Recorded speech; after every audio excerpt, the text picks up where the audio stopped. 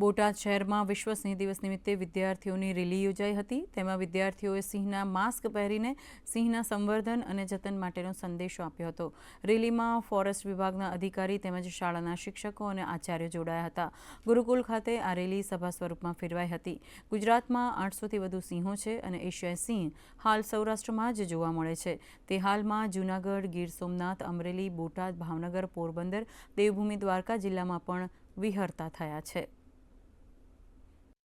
1000 જેવા બાળકો રેલીમાં જોડાયા છે અને જે રેલી કાઢવાથી બોટાદની જનતાને તેમજ બાળકોમાં સિંહો પ્રત્યે તેના સંરક્ષણ પ્રત્યે જાગૃતતા ફેલાય એવી સંવેદના પાઠવીએ છીએ અને સૌને વિશ્વ સિંહ દિવસની હાર્દિક શુભકામના પાઠવીએ છીએ। સિંહ દિવસની ઉજવણી કરી સાથે સાથે પર્યાવરણ માટે પણ સંકલ્પ લીધો કે હું ક્યાંય પ્લાસ્ટિકનો ઉપયોગ નહીં કરું, જાહેરમાં કસ્તર નહીં નાખું। એટલે માટે વન વિભાગ, શિક્ષણ વિભાગને ખૂબ ખૂબ અભિનંદન।